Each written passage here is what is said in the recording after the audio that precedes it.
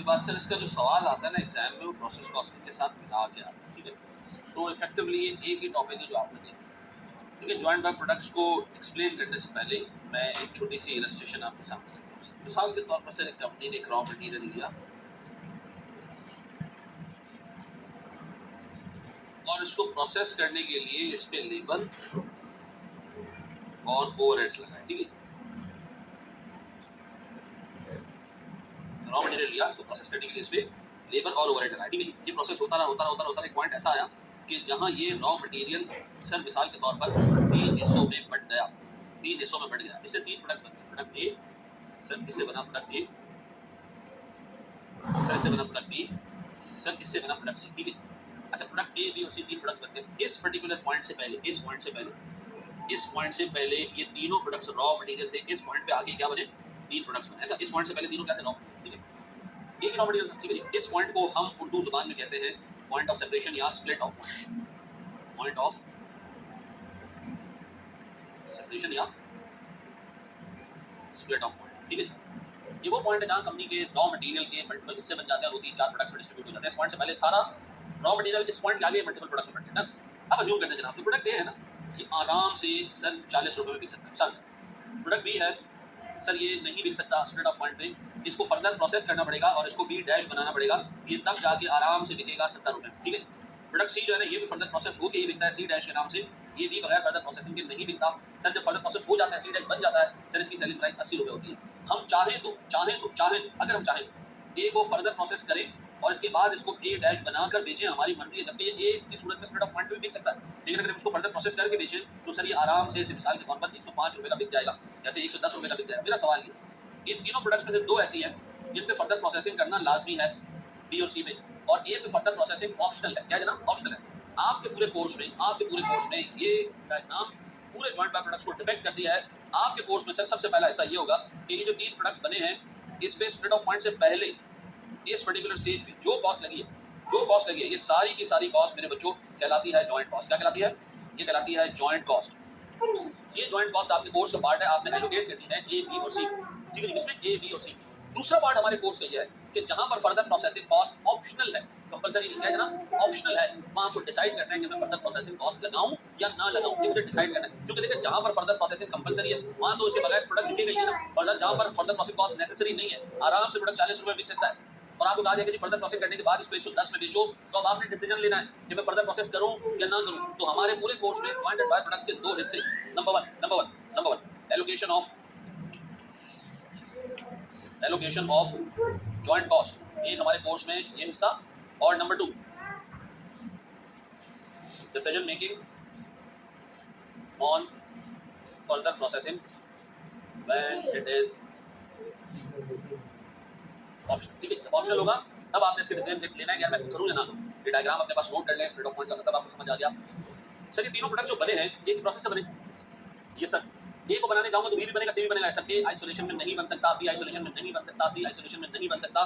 तो सर क्या हम कह सकते हैं कि when production of a product makes inevitable का मतलब है ना, दूसरी inevitable, when production of product makes inevitable the production of other products या प्रोडक्ट, ठीक है जी, such products are called joint products, ठीक है। सर जब एक प्रोडक्ट की प्रोडक्शन इनएविटेबल बना दे दूसरे के प्रोडक्शन को, तो हम कहेंगे दोनों आपस में क्या है? जॉइंट प्रोडक्ट्स है। यानी सर जब एक बनाने जाओ तो दूसरा लाजमी प्रोड्यूस हो, दूसरा बनाने जाओ तो पहला लाजमी प्रोड्यूस हो, तो हम इनको क्या कहेंगे? Joint products. जब आपके पास एक ऑप्शन हो कि मैं प्रोडक्ट ए ही बना सकता हूं सारे मटेरियल से, और मैं चाहूं तो प्रोडक्ट बी बना लूं, तो मैं इनको जॉइंट प्रोडक्ट्स नहीं कहूंगा, ठीक है। जॉइंट प्रोडक्ट्स कब होंगे? जब एक बनाने जाओ तो दूसरा लाजमी प्रोड्यूस हो, जब दूसरा बनाने जाओ तो पहला लाजमी प्रोड्यूस हो, दोनों में से आपके पास कोई ऑप्शन ना हो, एक को छोड़ने का दूसरे को पिक करने का। इवन आपके पास क्वांटिटीज डिसाइड करने का भी ऑप्शन लिमिटेड है, ठीक है। यानी आप चाहो तो भाई मैं ए कम बनाऊं, बी ज्यादा बनाऊं, ये भी आप नहीं कर सकते। ए और बी एक सेट पैटर्न में ही बनते रहे, तो हम कहेंगे ये दोनों आपस में क्या है? Joint products. ऐसा जब एक की प्रोडक्शन दूसरे की प्रोडक्शन को इनएविटेबल बना दे, हम क्या कहेंगे? ये आपस में क्या है? जॉइंट प्रोडक्ट्स, ठीक है। ये हमारे पास डेफिनेशन आ गई किसकी? जॉइंट प्रोडक्ट्स, ठीक है। सर इसको कॉपी करें पहले, इसको अच्छे तरीके से दिमाग में बिठाएं, तो हम एक स्टेप और आगे बढ़ते हैं और हम जॉइंट और बाय प्रोडक्ट डिफरेंशिएशन को देखते हैं। लेक्चर को एक स्टेप आगे बढ़ाते हैं जनाब। हम बात करने जा रहे हैं बाय प्रोडक्ट्स, देखिए जॉइंट प्रोडक्ट्स का आपने अभी डिस्कशन सुना कि जॉइंट प्रोडक्ट वो प्रोडक्ट है जब एक को बनाने जाओ तो दूसरा लाजमी प्रोड्यूस हो। अब मेरे बच्चों इन सारी जॉइंट प्रोडक्ट्स की दो क्लासेस हैं, एक है मेन प्रोडक्ट, एक है बाय प्रोडक्ट। सीधी सी बात है, मेन प्रोडक्ट वो होगा जो कंपनी के लिए वैल्यू रखता होगा, कंपनी के लिए मटीरियल होगा, कंपनी के लिए सिग्निफिकेंट होगा, कंपनी के लिए अच्छा प्रॉफिट जनरेट करता होगा। बाय प्रोडक्ट अलबत्ता वो प्रोडक्ट है जो बेकार तरीन प्रोडक्ट होगा, लेकिन इसकी टेक्निकल डेफिनेशन सही से समझ लें ताकि आपको बात में कर सकें। ठीक है, बाय प्रोडक्ट वो प्रोडक्ट है जिसकी सेल्स वैल्यू इनसिग्निफिकेंट। क्या हो? इनसिग्निफिकेंट। क्या मैंने कहा लो स्टोन? नहीं नहीं नहीं नहीं, मैंने क्या कहा? इनसिग्निफिकेंट। इनसिग्निफिकेंट का मतलब समझ दो। इनसिग्निफिकेंट का मतलब है जिसका होना ना होना बराबर हो। यानी एक ऐसा प्रोडक्ट हम कहते हैं ये पैदा हो गया, बिक गया, ठीक है, नहीं भी होता, मट्टी पावसानू की इतना छोटा सा अमाउंट इससे मिलता है, बेकार तरीन चीज है हमारी। तो ऐसा प्रोडक्ट जिसकी सेल्स वैल्यू इनसिग्निफिकेंट हो, हम उसको कहेंगे ये बाय प्रोडक्ट है। ये कौन डिसाइड करेगा कि सिग्निफिकेंट कितना होता है और इनसिग्निफिकेंट कितना होता है? ये डिसाइड करती है कंपनी की मैनेजमेंट। और कंपनी की मैनेजमेंट की मर्जी कि वो किसी भी प्रोडक्ट को इनसिग्निफिकेंट कह दे, ठीक है जी, भले उसका एक रेवेन्यू रीजनेबल हो, लेकिन वो कहे जी मेरे लिए मायने नहीं रखती है, ठीक है जी। तो याद रखना ये कंपनी की अपने डिस्क्रिप्शन के ऊपर है कि कौन सा प्रोडक्ट उसके लिए सिग्निफिकेंट है, कौन सा इनसिग्निफिकेंट है। मिसाल के तौर पर एक कंपनी है बड़ी सोफिस्टिकेटेड रिपोर्टिंग करती है, बड़ी ज़बरदस्त कंपनी है, वो सोचती है कि नहीं भाई मेरे लिए हर प्रोडक्ट मेन है, चाहे ₹2 का रेवेन्यू लेके आए, तो उसकी उसकी किताबों में कोई भी जो है वो ऐसा प्रोडक्ट नहीं होगा जो बाय प्रोडक्ट की डेफिनेशन मीट करे। उसके लिए सारे प्रोडक्ट जो है वो मेन प्रोडक्ट होंगे। अच्छा, कुछ कंपनी ऐसी है कि जो समझती है कि जी मेरे पास से 5 प्रोडक्ट्स हैं, 3 ऐसे जो मेन प्रोडक्ट्स हैं जिनसे ठीक ठाक रेवेन्यू आते हैं, 2 ऐसे बिल्कुल ही खसड़ तरीन प्रोडक्ट्स हैं, सर जिससे रेवेन्यू आगे आगे नहीं आया तो भाड़ में गया सालों की, ठीक है जी। यानी ये कंपनी अपने बाकी के 2 प्रोडक्ट्स को बहुत ही इनसिग्निफिकेंट ट्रीट करती है। याद रखना, अकाउंटिंग मेन प्रोडक्ट की और अकाउंटिंग बाय प्रोडक्ट की डिफरेंट है। मेन प्रोडक्ट की अकाउंटिंग थोड़ी सी कॉम्प्लेक्स है, मेन प्रोडक्ट की अकाउंटिंग थोड़ी सी टेक्निकल है। बाय प्रोडक्ट की अकाउंटिंग कंपैरेटिवली बहुत आसान है, इसलिए बाय प्रोडक्ट अगर एक प्रोडक्ट क्लासिफाई हो जाता है उसकी अकाउंटिंग आसान हो जाती है, हम थोड़े लाइन लगा देते हैं उसको। तो बाय प्रोडक्ट कौन सा प्रोडक्ट? वो जिसकी सेल्स वैल्यू क्या है? इनसिग्निफिकेंट है। अज्यूम करें सर मेरे पास एक छोटा सा इलस्ट्रेशन मैं आपके सामने रख रहा हूँ। देखिए, एक प्रोडक्ट एक कंपनी ने सर एक प्रोसेस चलाया जिसमें प्रोडक्ट ए बना 10,000 यूनिट्स, प्रोडक्ट बी बना 20,000 यूनिट्स, प्रोडक्ट सी बना 500 यूनिट्स। बताएं इसमें से बाय प्रोडक्ट कौन सा? और अगर आपने डिसाइड किया कि बाय प्रोडक्ट सी है, तो आपसे बड़ा कोई बेवकूफ नहीं, क्योंकि अभी मैंने ऊपर क्राइटेरिया आपको बताया था कि वो प्रोडक्ट जिसकी सेल्स वैल्यू सिग्निफिकेंट हो। वॉल्यूम की तो बात ही नहीं करनी, ठीक है। एक प्रोडक्ट में सर हम साउथ अफ्रीका में सोना जो है वो निकाला जाता है मट्टी से, मट्टी में ना सोने के ज़रात होते हैं, तो वो बिलियंस ऑफ टन मट्टी को छानते हैं ना, तो उससे 2-4 किलो सोना निकलता है। तो आपने डिसाइड करें कि सोना बाय प्रोडक्ट है, वो मट्टी मेन प्रोडक्ट है, वॉल्यूम डिसाइड नहीं करें, ठीक है। अच्छा, फिर अज्यूम करते हैं जनाब सी की सेलिंग प्राइस है 600 रुपये पर यूनिट, बी की ए की सेलिंग प्राइस है 400 रुपये पर यूनिट, अच्छा बी की सेलिंग प्राइस है 2 रुपये पर यूनिट। क्या सेलिंग प्राइस के बेसिस पे चीज़ें निकलेंगी? नहीं, हमने सेलिंग प्राइस की बेसिस पे डिसाइड नहीं करना, हमने किसकी बेसिस पे डिसाइड करना है? सर सेल्स वैल्यू ये कितना होता है जी? 10,000 into 400 would be 4 million. Sir 20,000 into 2 इस 40,000, और सर 500 इंटू 6 3 लाख। अब बताओ जी, कंपनी के लिए अपेरेंटली 40,000 वाला प्रोडक्ट एक ऐसा प्रोडक्ट है जो थोड़ा सा हल्का प्रोडक्ट है, मे बी कंपनी इसको डिसाइड कर दे, मे बी कंपनी इसको डिसाइड कर दे, मे बी हम एक बार कह रहा हूँ यार ये कितना ही छोटा प्रोडक्ट है, तो हमें काम कर रहा है जिसको डिक्लेयर करना है क्या चीज़? By product. यानी बाय प्रोडक्ट कंपनी की मैनेजमेंट डिक्लेयर करती है अपने हिसाब से देखने के बाद, ठीक है। आप बताएं जी, product with lowest sales value, lowest sales, lowest भी नहीं sir, a product with insignificant sales value may be termed as by product by the company's management, ठीक है जी। अब बताएं सर इसमें बाय प्रोडक्ट कौन सा है? अगर कंपनी चाहे तो बी को बाय प्रोडक्ट बना दे, नहीं तो अगर कंपनी ये कहे कि 40,000 की मेरे लिए मटेरियल है, मैं उसको बाय प्रोडक्ट बनाऊं, मेरे लिए तीनों मेन प्रोडक्ट्स हैं, ये तीनों मेन प्रोडक्ट्स होगा। इसका मतलब ये कि सर अब पता ही आता है कि एग्जाम में हमें कौन बताएगा कि ये मेन प्रोडक्ट है बाय प्रोडक्ट? एग्जाम में हमेशा exam question will always specify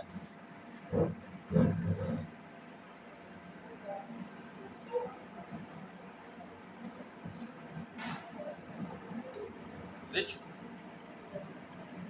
products are main and which are part, ठीक है। You don't need to consider anything, ठीक है। आपको कुछ भी करने की जरूरत नहीं है, जो मेन प्रोडक्ट होगा बाय प्रोडक्ट होगा, एग्जामिनर आपको खुद बताएगा। लेकिन अगर डेफिनेशन पूछ ले, by product is a product with lowest sale value, नहीं लोएस्ट वॉल्यूम, नहीं लोएस्ट सेलिंग प्राइस, नहीं इनसिग्निफिकेंट सेल्स वैल्यू, डन। याद रहेगा मेरे बच्चों, बड़े स्टेप आगे हम, ये हमारे पास डेफिनेशन थी मेन प्रोडक्ट्स और बाय प्रोडक्ट की, ठीक है। और हमने इसको सर जो एक प्रोडक्ट एक प्रोसेस से प्रोड्यूस होती है, एक प्रोसेस से प्रोड्यूस होती है, जब एक को प्रोड्यूस करने जाओ दूसरे की प्रोडक्शन इनएविटेबल बन जाए, वो कहलाती है जॉइंट प्रोडक्ट्स। जॉइंट प्रोडक्ट्स की दो टाइप्स हैं, कौन सी? सर जॉइंट प्रोडक्ट एक है हमारा मेन प्रोडक्ट और एक है हमारा बाय प्रोडक्ट, ठीक है जी। बाय प्रोडक्ट हमारे पास क्या है?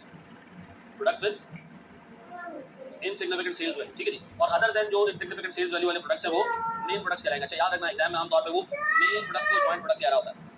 कहता है जॉइंट प्रोडक्ट है, बाकी बाय प्रोडक्ट है। जॉइंट प्रोडक्ट है, आपको आपने जॉइंट प्रोडक्ट का जब भी नाम सुना है उसको मेन प्रोडक्ट में करना है। वैसे टेक्निकली बाय प्रोडक्ट भी मेन प्रोडक्ट होता है, सॉरी बाय प्रोडक्ट भी जॉइंट प्रोडक्ट होता है। जॉइंट प्रोडक्ट की दो क्लास है, लेकिन सर एग्जाम में कहता है जॉइंट प्रोडक्ट को मेन प्रोडक्ट को रेफर करता है, बाय प्रोडक्ट को बाकायदा नाम लेके कहता है कि ये बाय प्रोडक्ट है। याद रहेगा sir, who will decide whether it's a by product और main product? Company's management. Exam में कौन डिसाइड करेगा? Examiner will specify whether it's a by product और not. We do not have to take any decision whether it's a by product और it's a main product. Exam में बताएगा sir. Classification अलग अलग करने का रीजन सर, अकाउंटिंग का method अलग अलग है, दोनों की अकाउंटिंग अलग अलग तरीके से होती है। आइए जरा देखते हैं सर, सबसे पहले मेन प्रोडक्ट को देखते हैं, उनकी अकाउंटिंग देखते हैं, उनकी कॉस्ट कैलकुलेशन देखते हैं, और फिर हम देखते हैं बाय प्रोडक्ट की अकाउंटिंग कैसे करनी है। देखते हैं जनाब, हमारे पास हमारे कोर्स का सबसे पहला पार्ट जॉइंट बाय प्रोडक्ट्स में allocation of joint cost. Joint cost क्या होती है जनाब? जब आप एक पूरा प्रोसेस चलाते हो ना, 3 प्रोडक्ट्स प्रोड्यूस करने के लिए, 2 प्रोडक्ट्स प्रोड्यूस करने के लिए, तो सर उस प्रोडक्ट्स को प्रोड्यूस करने के लिए आप लेते हो रॉ मटेरियल, और रॉ मटेरियल को सर आप प्रोसेस करते जाते हो, उस पे आप लगाते हो लेबर, ठीक है जी, उस पे आप लगाते हो ओवरहेड्स, ठीक है जी, उसको प्रोसेस करते जाते हो, पॉइंट आता है जहाँ पर ये रॉ मटेरियल उस पे इतना लेबर और कन्वर्जन कॉस्ट इस तरीके से लग चुका होता है कि वो 3-4 प्रोडक्ट्स में बढ़ जाता है, ठीक है। जैसे क्रूड ऑयल को क्या करते हो, कराते हो क्रूड ऑयल को प्रोसेस करना शुरू करते हो, क्रूड ऑयल से 11 प्रोडक्ट्स निकलते हैं, 12 प्रोडक्ट्स निकलते हैं, ठीक है जी। उससे केरोसिन ऑयल भी निकलता है, उससे सर पेट्रोल भी निकलता है, उससे डीजल भी निकलता है, उससे वैक्स भी निकलता है, उससे सर वो डामर भी निकलता है, उससे पेट्रोल की कई सारी टाइप्स निकलती हैं, ठीक है जी। केरोसिन ऑयल निकलता है उससे। तो ये जो पूरा प्रोसेस करने के बाद इतने सारे प्रोडक्ट्स बनने, ये सब पहले क्या थे? Crude oil. अच्छा, ये सारे प्रोसेस चलने के बाद जो आउटपुट बनता है सर, जिस पॉइंट पे ये स्प्लिट होते हैं ना प्रोडक्ट्स, इस पॉइंट को हम कहते हैं स्प्लिट ऑफ। इस पॉइंट तक जितनी पीछे कॉस्ट लगी है ना, हमें नहीं पता ए ने उसका कितना बेनिफिट लिया, बी ने कितना बेनिफिट लिया, सी ने कितना बेनिफिट लिया, ए की कितनी कॉस्ट है, बी की कितनी कॉस्ट है, सी की कितनी कॉस्ट है, that we can not tell.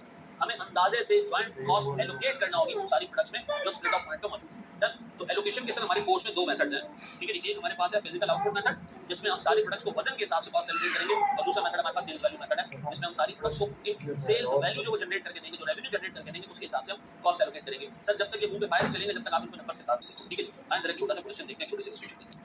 जनाब कंपनी ने प्रोसेस चलाया जिसमें कंपनी के सर 3 प्रोडक्ट्स बने, और तीनों मेन प्रोडक्ट्स हैं, कोई इसमें बात नहीं, ठीक है। प्रोडक्ट बना प्रोडक्ट ए, बी और सी, ठीक है सर। इनका वेट आया मेरे पास सर 40, 50 और 20। 40,000 केजी मेरे पास ए बना, 50,000 केजी मेरे पास बी बना, और सर मेरे पास कोई 20,000 केजी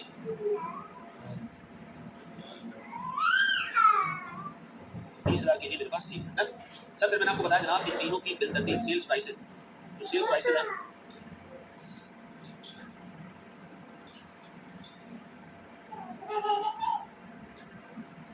वो है 20, 9 रुपये पर केजी और 17.5 रुपये पर केजी, ठीक है जी। इन सारी प्रोडक्ट्स को बनाने पर कंपनी की जो कॉस्ट लगी है, इन सारी प्रोडक्ट्स को बनाने पर कंपनी की जो कॉस्ट लगी है वो क्या कहलाएगी? वो कहलाएगी जॉइंट कॉस्ट है सर। वो जॉइंट कॉस्ट सर आपको बता रहा हूँ जनाब, हमारे पास है 8,80,000। आपसे एग्जामिनर कह रहे हैं इसको एलोकेट करके दो on the basis of kgs and on the basis of sales value. तो हम एलोकेट कर रहे हैं जी, allocation of joint cost, allocation based on output, ठीक है। मुझे बताया सर मेरे पास इन तीनों प्रोडक्ट्स के आउटपुट्स क्या क्या है, ए, बी और सी प्रोडक्ट्स।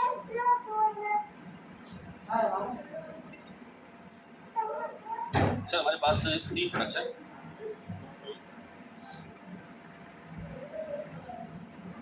सर प्रोडक्ट्स है मेरे पास ए, बी और सी।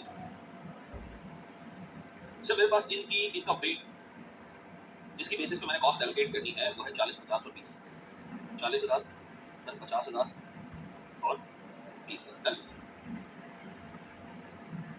मुझे पता सर अगर मैं ये 8,80,000 की कॉस्ट इस रेशियो में एलोकेट करूँ, वेट के रेशियो में 40, 50 और 20 के रेशियो में, तो ऐसे कर सकते हैं कि सर इनको टोटल कर लें। ये हो जाएगा जी 1,10,000 टोटल वेट। सब मेरे पास जो टोटल कॉस्ट है, जॉइंट कॉस्ट, वो 8,80,000 है।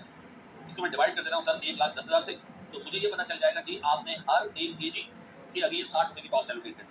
तो जॉइंट कॉस्ट अगर मैं एलोकेट करने जाऊँ मेरे बच्चों, तो मेरे पास सर 8 रुपये के हिसाब से 40, 50 और 20,000 यूनिट्स की कॉस्ट कितनी बनेगी? सर मेरे पास ये बनेगी कोई 3,20,000, मेरे पास सर ये कॉस्ट बनेगी कोई 4 लाख। आप सिंपली वेट से मल्टीप्लाई करते हैं सर, और ये मेरे पास बनेगी कोई 1,60,000। सर ये मेरे पास टोटल बन जाएगी 8,80,000। सर मैंने ये कॉस्ट एलोकेट की है on the basis of output, on the basis of output, ठीक है। अब मुझे एक बात बताएंगे सर, मेरे पास जो कॉस्ट पर यूनिट है, सीधी सी बात है, आपने जॉइंट कॉस्ट वेट की बेसिस पर एलोकेट की है, तो हर एक की वेट के हिसाब से कॉस्ट पर केजी 8 रुपये ही बनेगी, ऐसा है। अब देखिए इस मेथड की कुछ लिमिटेशन है। जॉइंट कॉस्ट एलोकेट करना है, वेट की बेसिस पर एलोकेट करना है, बहुत आसान है। सारी कॉस्ट को जॉइंट कॉस्ट को केजीज की बेसिस पर एलोकेट कर दो। मसला क्या है इसके अंदर? मसला इसके अंदर है सर, इसके अंदर कुछ इश्यूज हैं, कुछ प्रॉब्लम्स हैं इसके अंदर। देखिए इसकी सबसे पहली प्रॉब्लम है डिफरेंट स्टेट ऑफ आउटपुट।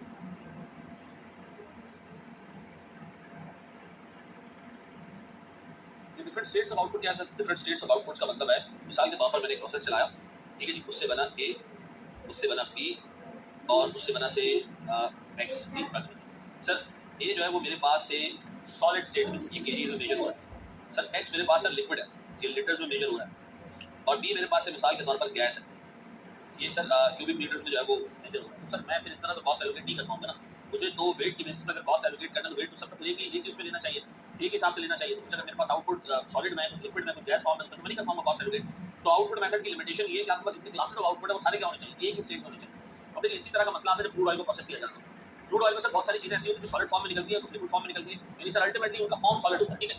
तो वो लीटर्स में मेजर नहीं हो सकती, और सर जो लिक्विड है वो केजीज में मेजर नहीं होती है। तो सर याद रखिएगा आउटपुट मेथड वहां आपने अप्लाई करना है जहां पर सेम स्टेट में हो सारी प्रोडक्ट्स, ठीक है जी। ये था एक ऐसा लिमिटेशन जो आपकी किताब में लिखा है। अब एक टेक्निकल बात करने जा रहा हूँ। पता है सर आपने जब ये तीनों प्रोडक्ट्स प्रोड्यूस की होगी, आपने जर्नल एंट्री क्या पास की? आपने जर्नल एंट्री पास की होगी जी। सबसे पहले मेरे पास प्रोसेस डेबिट कितने से 8,80,000 प्रोसेस कह लें या इसको जॉइंट कॉस्ट कह लें, एक ही बात, ठीक है। जॉइंट कॉस्ट डेबिट और प्रोसेस क्रेडिट डेबिट।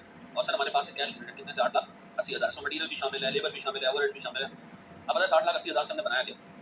सर 8,80,000 से हमने बनाया जनाब इन्वेंट्री ऑफ ए, एक्स और ए, बी और सी। मिसाल दे रहा हूँ, ए, बी और सी। सर यूनिट्स कितने कॉस्ट कितनी, 3, 20, 4 लाख और 1,60। 3, 20 सर 4 लाख और 1,60। और मैंने सर जॉइंट कॉस्ट का अकाउंट क्रिएट कर दिया 8,80,000, ठीक है। अब बताइए सर मेरे पास ये 4 प्रोडक्ट्स प्रोड्यूस, ये बैलेंस शीट पे जाएगी स्टॉक के नाम। सर ये बैलेंस शीट पे जाएगी स्टॉक के नाम, ये बैलेंस शीट पे जाएगी स्टॉक। क्या जॉइंट कॉस्ट एलोकेट करते हुए आपने देखा कि मुझे ए कितना कमा के दे रहा है, बी कितना कमा के दे रहा है, सी कितना कमा के दे रहा है? नहीं, ये मैंने देखा ही नहीं। अगर मैं आपसे कहूँ कि इसको देखें, आप चेक करें कि आपको ए, बी और सी कितना कमा के दे रहे हैं, तो मुझे इन सबकी सेल्स वैल्यू निकालनी पड़ेगी। क्या निकालनी पड़ेगी? Sales value. अब सेल्स वैल्यू निकालने के लिए मैं करूँगा ये कि नंबर ऑफ यूनिट्स को मल्टीप्लाई कर दूंगा सेलिंग प्राइस से। तो अगर मैं काम करूँ एक छोटा सा कंपैरेटिव टेबल करूँ, अज्यूम करो कि इस इन्वेंट्री में से इस पर्टिकुलर चीज में कोई चीज़ नहीं, सारा स्टॉक साल के एंड में बचा हुआ है। तो मेरे पास अब जो स्टॉक आ रहा होगा ए, बी और सी का, ए, बी और सी का, सर उसकी उसकी सर उसकी जो कॉस्ट है वो कितनी है सर? उसकी कॉस्ट है मेरे पास सर मिसाल के तौर पे 3, 20, 4 लाख और 1,60। 3, 20, 4 लाख और 1,60। इनकी सेल्स वैल्यू कितनी है? सेल्स वैल्यू सर मेरे पास 20 × 40,000 रुपये।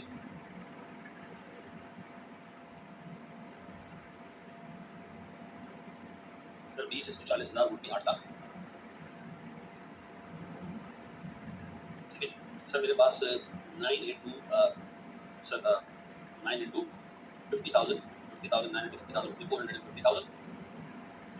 और सर मेरे पास फिर अल्टीमेटली सेल्स वैल्यू 17,000 × 17.5 × 20,000 रुपये 3.5 लाख। अगर मैं देखूँ तो सर मेरे पास तीनों में बहुत सी ये सेल्स वैल्यू भी कह लो, इसको एनआरवी भी कह लो, इसको एनआरवी भी कह लो।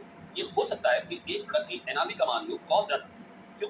क्योंकि आपने सर कॉस्ट एलोकेट करते हुए सेल्स वैल्यू को कंसीडर नहीं किया। तो दिस इज क्वाइट पॉसिबल कि एक प्रोडक्ट बीच में ऐसा निकला है जिसकी एनआरवी कम और उसको आपने कॉस्ट ज़्यादा एलोकेट कर दी। क्योंकि आपने अगर सर गधे और घोड़ों को दोनों को वेट के हिसाब से कॉस्ट एलोकेट करनी है, तो गधे हमेशा सर डिसएडवांटेज में रहेंगे। क्यों? गधे का वजन ज़्यादा है, उसको कॉस्ट ज़्यादा एलोकेट हो जाएगी। सीधी सी बात है, उसकी रेवेन्यू जनरेटिंग पावर इतनी थोड़ी है। तो सर याद रखिए, देखिए इसके अंदर करीब करीब जो है ना वो भी एक ऐसा प्रोडक्ट था जो लॉस मेकिंग प्रोडक्ट बन जाता। अब अगर मिसाल के तौर पर ये 4.5 की जगह just for the sake of argument ये 3.5 लाख होता, तो क्या करना पड़ता? हमें सर 50,000 रुपए का इन्वेंट्री का लॉस को करना पड़ता है एनआरवी का। इवन हमने अभी प्रोडक्ट को बेचा भी नहीं।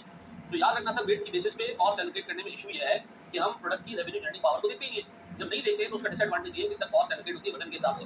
बाद में पता चलता है कि आपने सोने को और मट्टी को जो है वजन के हिसाब से कॉस्ट एलोकेट कर दी। अब सोने का तो सर एक भाव है, वो तो मतलब अपनी कॉस्ट कवर कर लेगा, लेकिन मट्टी को जो कॉस्ट एलोकेट की है वो तो सर अपनी कॉस्ट कवर नहीं कर पाएगी, तो रेवेन्यू में जनरेट नहीं कर सकती। और वो अगर साल के एंड में बच गया तो आपको एनआरवी लॉसेस बुक करना पड़ जाएंगे।